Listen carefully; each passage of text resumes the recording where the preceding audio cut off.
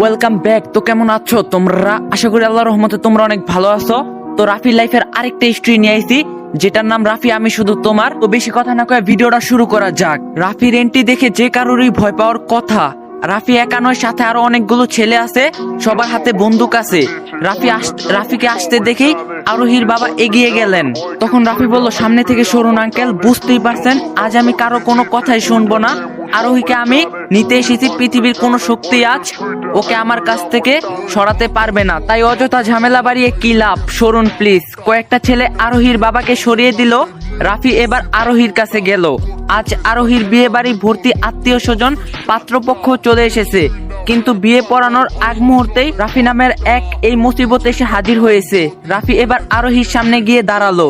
তারপর আরোহী থুতনিতে হাত দিয়ে বলল, বাহ কি সুন্দর সেজেছিস রে আরোহী, দেখি দেখি বাপের লিপস্টিক পরেছিস, তাও আবার লাল রঙের। রাফি এবার আরোহীর হাত টেনে বলল, মেহেদি তো ভালোই পরেছিস নাকি? দেখি, বাহ সাহস তো ভালোই হয়েছে, দেখতেই পাচ্ছি। তবে এটা বুঝলাম না, সেজেগুজে ঢং করার অধিকার তোকে কে দিল? একবারও বুক কাঁপলো না তোর? রাফির কথা বলার ধরন দেখি আরোহীর পরাণ পাখি উড়ে গেল, কারণ রাফি সাধারণত এভাবে কথা বলে না। আর মেয়েদের গায়ে হাত তো একবারই দেয় না, তাও এত লোকের সামনে। আরোহী ভয়ে ভয়ে বলল, ভাইয়া বস না। রাফি বলল, হ্যাঁ বসতে তো পারতামই, কিন্তু হাতে যে একদম সময় নেই বোন, অনেক কাজ আছে বাকি। চল, তোকে এখন আমার সাথেই যেতে হবে। আরোহী বলল, আমার তো আজ বিয়ে ভাইয়া, আমি কি করে যাব? কথা শেষ হওয়ার আগে রাফি সজোরে আরোহীর গালে একটা থাপ্পড় বসিয়ে দিল। আরোহী ছিটকে গিয়ে নিচে পড়লো। রাফি গিয়ে আরোহীর চুলের মুঠি ধরে টেনে তুললো। রাফি বলল, আজ তোর কি জানি, আবার বল, শুনতে পাইনি। আর রাফি দাঁত চেপে চেপে বলল, আমাকে না জানিয়ে তুই বিয়ের পিঁড়িতে বসছিস, এত সাহস কই পেলি? আজ চল, তোর বিয়ে করার শখ আমি মিটিয়ে দিচ্ছি। বলেই আরোহীকে টানতে লাগলো রাফি। আরোহী বলল, তুই আমার কাজিন হয়ে এমন ভিলেনের মতো আচরণ কি করে করতাছিস ভাইয়া? রাফি বলল, মুখ দিয়ে আরেকটা শব্দ বের হলে এখানেই মেরে পুঁতে রেখে দিব। বলেই বরপক্ষের সামনে আরোহীকে নিয়ে রাফি বেরিয়ে গেল। রাফির সাথে ছেলেদের প্রত্যেকের হাতে গান ছিল, তাই কেউ কিছু বলার সাহস পেল না। রাফি আরোহীকে গাড়িতে করে নিয়ে যাচ্ছে। চলুন এবার দেখে আসি এই আরোহী আর রাফিটা কে। চলুন জানা যাক আরোহী আর রাফি কে। আরোহী কিছুক্ষণের মধ্যে আমি আত্মহত্যা করব এটা সিদ্ধান্ত নিয়েছি, তাই বলে ভাববেন না আমি পাগল, শুধু মরে যাবার মেয়ে আমি নই। এই আত্মহত্যার পিছনে একটা যুক্তিসঙ্গত কারণ আছে। কারণটা হলো, আজ আমার ব্রেকআপ হয়েছে। কেন ব্রেকআপ হয়েছে জানতে চেয়ে লজ্জা দিবেন না প্লিজ, কারণ নির্দিষ্ট কারণটা আমিও জানি না। শুধু জানি বয়ফ্রেন্ড বলছে আমি নাকি সিগারেট খাই, তাই আমাকে ছেড়ে দিয়েছে। এবার আপনারাই বলুন, আমি কি বেঁচে থাকা উচিত? না, কিছুতেই না। এই জীবন আমি আর রাখবো না। এখনই 6 তলার উপর থেকে ঝাঁপ দিয়ে আমি আত্মহত্যা করব, যে পৃথিবীতে ভালোবাসার কোনো দাম নেই, তার আগে দেওয়া আছে। আমি সেখানেই থাকতে চাই না। দুটো ফিল্ম স্টাইলে ডায়লগগুলো বলে শেষ করলো আরোহী বলল, যাক সিনেমার মতো বলে ফেলছি, এবার লাভ দিলেই কাজ শেষ। ভাবতে ভাবতে হুমাগুড়ি দিয়ে নির্মাণধারী নতুন বিল্ডিং এ ছাদের কার্নিসের উপর উঠে দাঁড়ালো আরোহী। এবার চোখ বন্ধ করে ঝাঁপ দিতে হবে। যখনই চোখ বন্ধ করলাম, তখনই কেউ আমার হুডির টুপি ধরে বিড়ালের বাচ্চার মতো টেনে নামালো। আমাকে কে এভাবে নামাচ্ছে? ভূত নয় তো? ভয় লাগছে তো। কিন্তু পিছনে ঘুরে দেখলাম এটা রাফি ভাইয়া। দেখে অবাক হয়নি, কারণ জীবনে যত উল্টাপাল্টা কাজ করেছি সব জায়গাতেই তার উপস্থিত ছিল, আজও থাকবে, সেটাই স্বাভাবিক। রাফি আমার মামাতো ভাই। আমি স্কুল অ্যান্ড কলেজে পড়ি। আমি স্কুলে, সে কলেজে, আর আমি স্কুলে পড়ি। রাফি 1 নম্বরে হারামি একটা ছেলে, ভিলেন বললেও কম হবে না। তাকে দেখে একটু ঘাবড়ে গেলাম, কারণ সে আমার সাথে ফ্রি হলেই মাঝে মাঝে খুব রাগ দেখায়, তাই চুপচাপ দাঁড়িয়ে আছি। গম্ভীর গলায় জিজ্ঞাসা করলো, কিরে আরোহী, আত্মহত্যার ট্রেনিং দিচ্ছিলি নাকি আত্মহত্যা করছিলি, কোনটা? আমি জবাবে বললাম, আত্মহত্যা করছিলাম। রাফি বলল, কেন? এবার আত্মহত্যা করার কারণ কি হয়েছে? আবার ব্রেকআপ হয়েছে? আমি বললাম, হ্যাঁ। রাফি বলল, তা এটা তোর কত নাম্বার ব্রেকআপ? আমি বললাম, তুই এটা জানিস না? তোর সাথে তো আমার কথা বলাই উচিত না। রাফি বলল, তা অবশ্যই ঠিকই বলছিস। ছোট বোন কবে কার সাথে ডেট করছস, কবে ব্রেকআপ করছস, আমার জানা উচিত ছিল, আমি ভুল। আমাকে ইনসাল্ট করবি না বলে দিলাম। আমি তো আর তোর মতো স্টার নই যে সবাই আমার পিছনে পিছনে ঘুরবে। 16টা ছেলেকে ভালোবাসতাম, 16টাই আমাকে ছেড়ে চলে গেল। এ জীবন রেখে কি করব? আমি আর রাখবই না এই জীবন। রাফি বলল, যাক, আরো একটা ছেলের জীবন বাঁচলো, তাহলে তোর হাত থেকে মুক্তি পেয়েছে, মানে বিরাট ব্যাপার। আরোহী বলল, কি বললি? রাফি বলল, কই কিছু না তো। তা এবারের ব্রেকআপের কারণ কি? বরাবরের মতোই এবারও সঠিক কারণ জানি না, তবে বলছে আমি নাকি সিগারেট খাই। রাফি বলল, ও খাস না বুঝি? মাঝে মাঝে একটু খাই, বেশি না তো। তাই বলে ব্রেকআপ করে দিতে হবে? রাফি বলল, ফোন টিপতে টিপতে কথা বলছিলাম। এবার আরোহীর দিকে তাকিয়ে বলল, তোর বয়স কত? আরোহী বলল, এটাই জানিস না? তোর তো ভাই হওয়ার কোনো যোগ্যতাই নেই। রাফি বলল, আমি জানি তোর বয়স কত। তোর বয়স 15 বছর। এই 15 বছরে তুই 17টা প্রেম করছিস। এবার লজ্জা হওয়া উচিত না? আমি কি করব? আমি তো ভালোভাবেই প্রেম করি। ছেলেগুলো কেন জানি কিছুদিন পর আমাকে ছেড়ে দেয়। আমার তো মনে হয় এর পিছনে নিশ্চয়ই কোনো রহস্য আছে। রাফি বলল, বুঝলাম না, প্রেম করতে খুব ভালো লাগে তাই না? খুব। রাফি বলল, কেন ভালো লাগে? এই যে সুন্দর ছেলেদের সাথে প্রেম করলে আমার চলে, তারপর ক্লাসের ছেলেগুলোর কাছে ডিমান্ড বেড়ে যায়, তারপর বয়ফ্রেন্ড আমাকে সুন্দর বলে আমাকে নিয়ে কবিতা লিখে গিফট দেয়, হোস্টেলের সামনে সারাদিন দাঁড়িয়ে থাকে, খুব ভালো লাগে এগুলো। তুই তো কখনো করিস নাই, বুঝবি কি করে? রাফি বলল, থাক, আমাকে না বুঝলেও চলবে, যা এবার হোস্টেলে যা। রোহি বলল, ভাইয়া, ও ভাইয়া শোনো না। এই ভাইয়া একটু শোন না। রাফি ফোনের দিকে মুখ করে উত্তর দিল। হঠাৎ সুর বদলে গেল, ব্যাপার কি? আরোহী বলল, একটু তাকা না আমার দিকে। রাফি বলল, পারবো না, গেম খেলছি, যা বলার আছে বল, আমি শুনছি। আরোহী বলল, আমি দেখতে কেমন? রাফি বলল, খারাপ না। আরোহী বলল, জীবনে কখনো তাকিয়ে দেখেছিস? বল, মনে হয় না। তাই সুন্দরী বলবি না? রাফি বলল, বানিয়ে বলতে হবে। আরোহী বলল, না থাক, খারাপ না বলিস। এই অনেক সব মেয়েকেই তো খারাপ বলিস। আচ্ছা স্যার, শোন না। রাফি বলল, শুনছি তো। আরোহী বলল, তুই না খুব দেখতে সুন্দর। রাফি বলল, জানি, সবাই বলে, নতুন করে বলার কি আছে? আরোহী বলল, আরে ব্যাপারটা বুঝ না, এই সুন্দর ওই সুন্দর না, আমি বলতে চাচ্ছি যে আমার তোকে ভালো লাগে। রাফি বলল, সে তো তোর সব ছেলেকেই লাগে। আরোহী বলল, দূর বাবা, আমি বলতে চাচ্ছি যে। রাফি বলল, বলতে না চেয়ে কি বলতে চাস বলে ফেল। আরোহী বলল, প্রেম করবি আমার সাথে? রাফি ফোনের দিক থেকে মুখ সরিয়ে আরোহীর দিকে তাকিয়ে বলল, প্রেম করলে কি হবে? আরোহী বলল, আমার স্ট্যাটাসটা অনেক বেড়ে যাবে, ফ্রেন্ডরা হিংসা করবে, আমারে বলবে, দেখ আরোহী বয়ফ্রেন্ড কত হ্যান্ডসাম, তোর জন্য কত মেয়ে পাগল, তুই তাদের পাত্তাও দিস না। আমাকে যদি দিস, আমার কত পাওয়ার বেড়ে যাবে ভাবতে পারছিস? আর তুই তো কখনো ব্রেকআপ করবি না, তাহলে আমার প্রেম করার শখও পূরণ হবে। এমনিতে তো প্রতিদিন আমার কোনো না কোনো ঝামেলা করি, আর তুই সেটা মিটাতে আসিস, তখন না হয় প্রেম করতে আসবি। তুই যদি প্রেম করিস, প্রমিস করছি আমি আর কোনো ঝামেলা করব না। এবার রাফি আরোহীর গাল লাল করে থাপ্পড় বসিয়ে দিল, বলল, বেয়াদব, সব সীমা পেরিয়ে গেছিস তুই, চল নিচে চল। আরোহী গালে হাত দিয়ে বলল, যাব না আমি। তুই আমাকে মারলি কেন? রাফি বলল, তো কি আদর করব? বললেই আরোহীর জ্যাকেটের টুপি ধরে নিচে নিয়ে যেতে লাগলো। আরোহী বলল, স্যার বলছি, যাব না আমি তোর সাথে। এভাবে বিড়ালের মতো কোথায় নিয়ে যাচ্ছিস? রাফি বলল, মেয়েদের গায়ে হাত দিতে ঘৃণা করে আমার, তাই এভাবে নিয়ে যাচ্ছি। চুপচাপ চল, যা বলবো তাই করবি, তা না হলে তোর একদিন কি আমার একদিন। আরোহী বলল, কি আর করবি? আজ তো আমি সুইসাইডই করবো। তো ব্রেকআপ হলো, তার উপর তুই আমাকে রিজেক্ট করে দিলি। জানিস ফ্রেন্ডগুলো আমাকে কত ইনসাল্ট করবে, বিএফ না থাকলে আমি আজ মরে যাব। রাফি আরোহীকে নিয়ে সিঁড়ি দিয়ে নিচে নামছিল। আরোহী এটা বলার পর আকাশ একটু থেমে ধাক্কা দিয়ে আরোহীকে নিচে ফেলে দিল।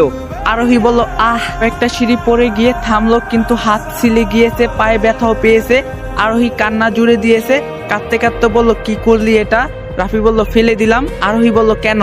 রাফি বলল, এই কয়টা সিঁড়ি থেকে পড়ে গিয়ে কেঁদে দিলি, আর তুই তো 6 তলার উপর থেকে ঝাঁপ দিতে চেয়েছিলি, ফেলে দিয়ে দেখলাম পড়ে গেলে কেমন লাগতো তোর।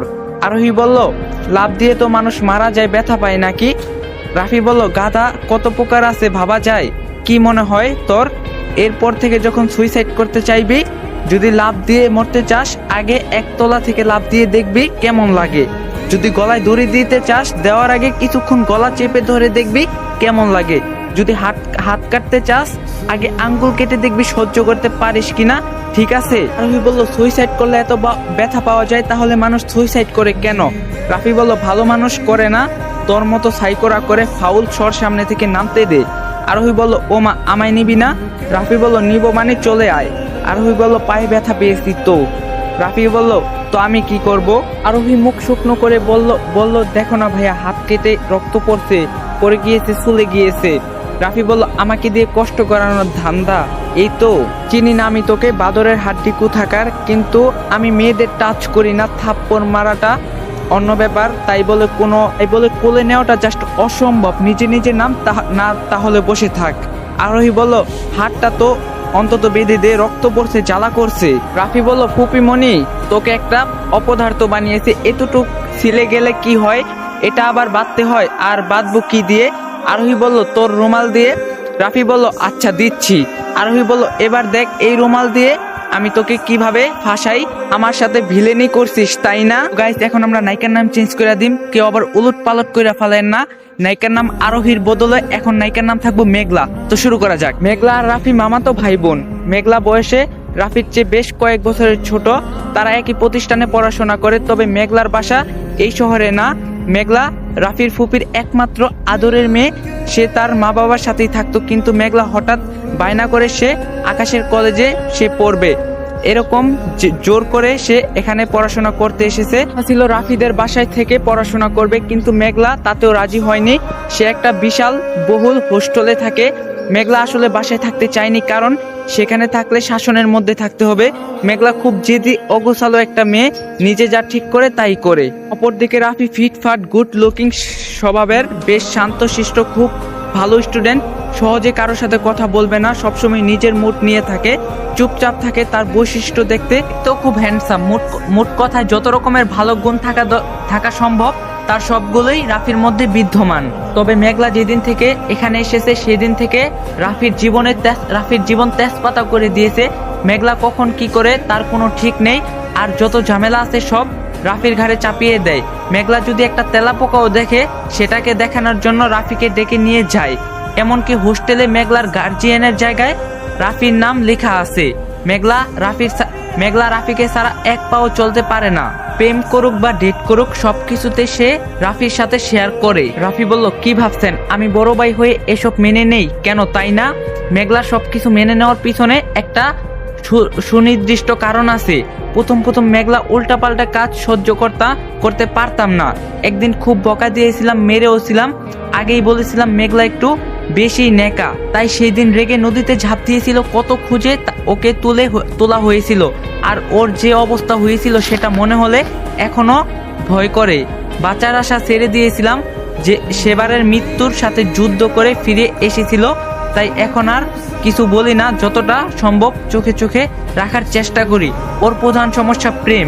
সে যেই ছেলেকে দেখে প্রেমে পড়ে যায়। এখন আবার সিগারেটও খাওয়া শিখছে শুনলাম। অবশ্য ওর সব ব্রেকআপের পিছনে আমারই কৃতজ্ঞ। ও দেখতে খুব সুন্দরী, তাই মোটামুটি যে ছেলেরাই দেখে সেই প্রেম করতে চায়। মেঘলা এখনো প্রেম মানে জানে না, শুধু বয়ফ্রেন্ডের সাথে বড়াই করার জন্য প্রেম করে। জানি না কেন, জানি এগুলো খুব পছন্দ করে সে। প্রেম করলে নাকি ছেলেরা তাকে সুন্দরী বলে, এসব তার ভালো লাগে। প্রেমের আসল মানে না বুঝলো ইতিমধ্যে সে 16-17টা প্রেম করে ফেলছে। আমি সব যেন প্রেম করতে দেই, তবে বেশি দূর পর্যন্ত এগোতে দেই না। হাজার হোক ও আমার বোন, তাই যখনই দেখি রিলেশনটা একটু ঘনিষ্ঠ হচ্ছে তখনই ছেলেটাকে সরিয়ে দেই। তবে সেটা মেঘলা জানেও না।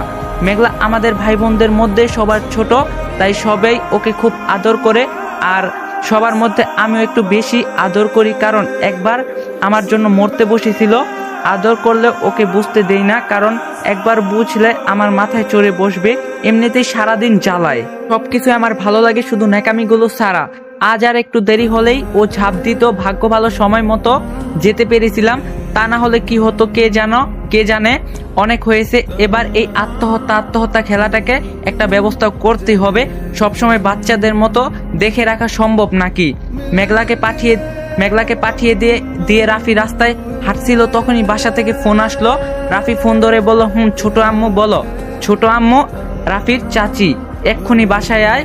রাফি বলল, কেন, কিছু কি হয়েছে? ছোট মা বলল, না হলে আসতে বলছি কেন, তাড়াতাড়ি আসো। রাফি বলল, কি হয়েছে সেটা তো বলো। ছোট মা বলল, আসলেই দেখতে পাবে, এত কথা বলার সময় নেই, তাড়াতাড়ি এসো বলে ফোনটা কেটে দিল। তো না হলে এভাবে বলেনি, বুঝলাম, তাই তাড়াতাড়ি করে বাসার উদ্দেশ্যে রওনা দিলাম। বাসায় ঢোকার পরে বুঝতে পারলাম মারাত্মক কিছু ঘটছে, কারণ বাসায় সবাই ড্রয়িং রুমে একসাথে বসে আছে।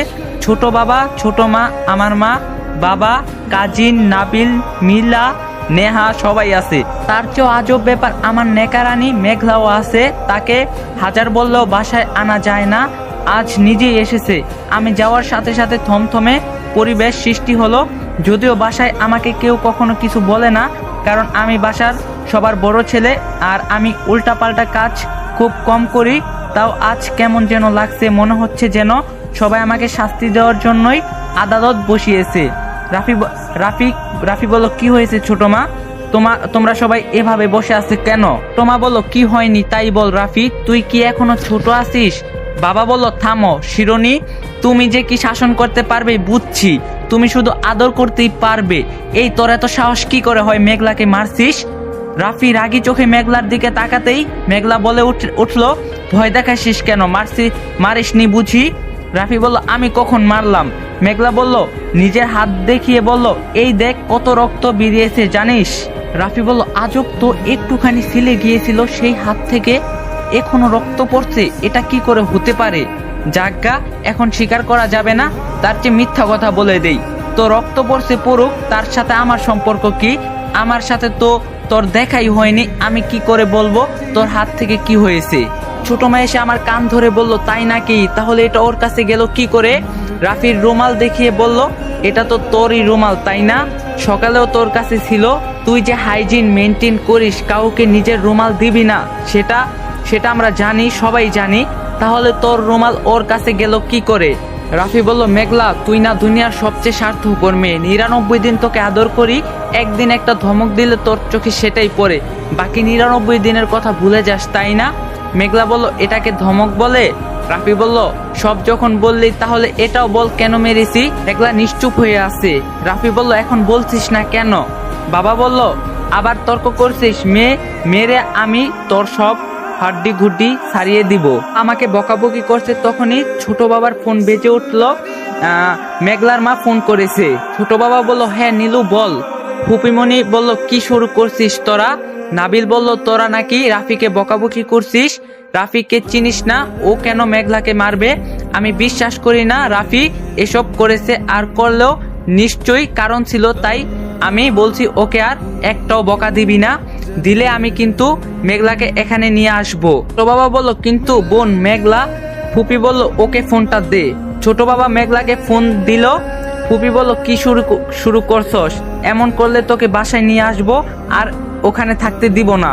মেঘলা বলল, কিন্তু আম্মু ও সত্যি আমাকে মারছে। তখন রাফি বলল, যা যা বলছিস ভেবে বলিস, তো সবগুলো কথা মনে রাখিস, কাল থেকে কোনো ঝামেলায় পড়লে আমি কিন্তু যাব না, বুঝে নিস। ফুপি ফোনের ওপাশ থেকে মেঘলাকে বলল, রাফি তো ঠিকই বলছে, ছেলেটা তোর জন্য সারাদিন এত করে আর তুই ওকে বকা শোনাচ্ছিস।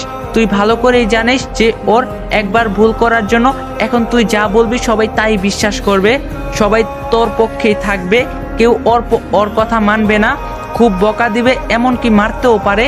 তাও নালিশ দিচ্ছিস, বিবেক নেই তোর? রাফি যদি আর একটা বকা শুনে তোকে আমি আজই বাসায় নিয়ে আসবো, কথাটা মাথায় রাখিস, বলেই মেঘলার মা ফোনটা রেখে দিল। রাফির বাবা বলল, কি বললো নীলু? ছোট বাবা বলল, ছাড়ো দাদা।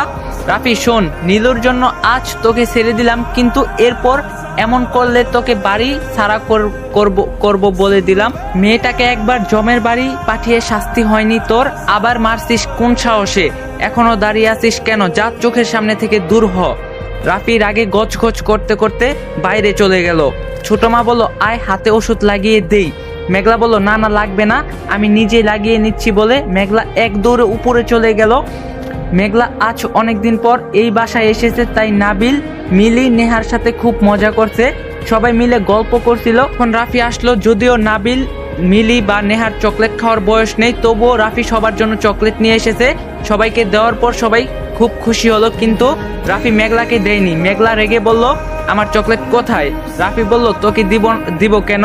তোকে তো আমি মারি, আদর করি না, তাহলে চকলেট কিসের? মেঘলা বলল, লাগবে না তোর চকলেট, সর এখান থেকে। রাফি বলল, যাওয়ার হলে তুই যা, আমি ওদের সাথেই গল্প করব। মেঘলার আগে ঘর থেকে বেরিয়ে গেল। রাফি কিছুক্ষণ গল্প করার পর রাফি তার নিজের ঘরে গেল, কিন্তু ঘরে ঢুকে সে অবাক হয়ে গেল, কারণ মেঘলা তার রুমে তার বিছানায় শুয়ে তার ল্যাপটপ ঘাটাঘাটি করছে। মেঘলাকে ঘরে দেখে রাফি তেলে বেগুনে জ্বলে উঠলো। রাফি বলল, এই তুই আমার রুমে কি করছিস, তাও আবার আমার বিছানায়? মেঘলা বলল তেমন কিছু না, তোর ফেসবুকটা একটু ঘাটাঘাটি করছিলাম।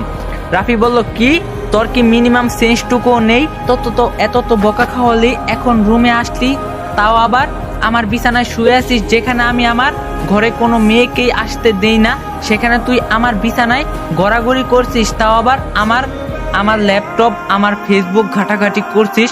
সাহস দেখে তো অবাক হয়ে যাচ্ছি। মেঘলা বলল অবাক হওয়ার কি আছে, যা তো এখন থেকে আজ আমি এই রুমেই থাকবো। রাফি বলল তাই নাকি? এ কথা বলেই রাফি মেঘলার চুল ধরে টানতে লাগলো। গাইস, রাফির লাইফের নতুন হিস্ট্রি আপনাদের কাছে কেমন লাগলো অবশ্যই কমেন্ট বক্সে বলবেন, আর যদি পার্ট 2 লাগলে এটাও কমেন্ট বক্সে বলবেন। আর চ্যানেলে নতুন না থাকলে অবশ্যই চ্যানেলটা সাবস্ক্রাইব করে দিবেন। আর এখন কলম আমি রেগুলার ভিডিও ছাড়তাছি, যদি এই ভিডিওতে 10,000 লাইক কমপ্লিট করে দিতে পারেন তাহলে নেক্সট পার্ট খুব তাড়াতাড়ি পাইবেন। তো পার্ট 2 লাগলে অবশ্যই কমেন্ট বক্সে বলবেন। আর চ্যানেলে নতুন না থাকলে অবশ্যই চ্যানেলটা সাবস্ক্রাইব করে দিবেন। দেখা হবে নেক্সট ভিডিওতে। সবাই ভালো থাকবেন, সুস্থ থাকবেন, আল্লাহ হাফেজ।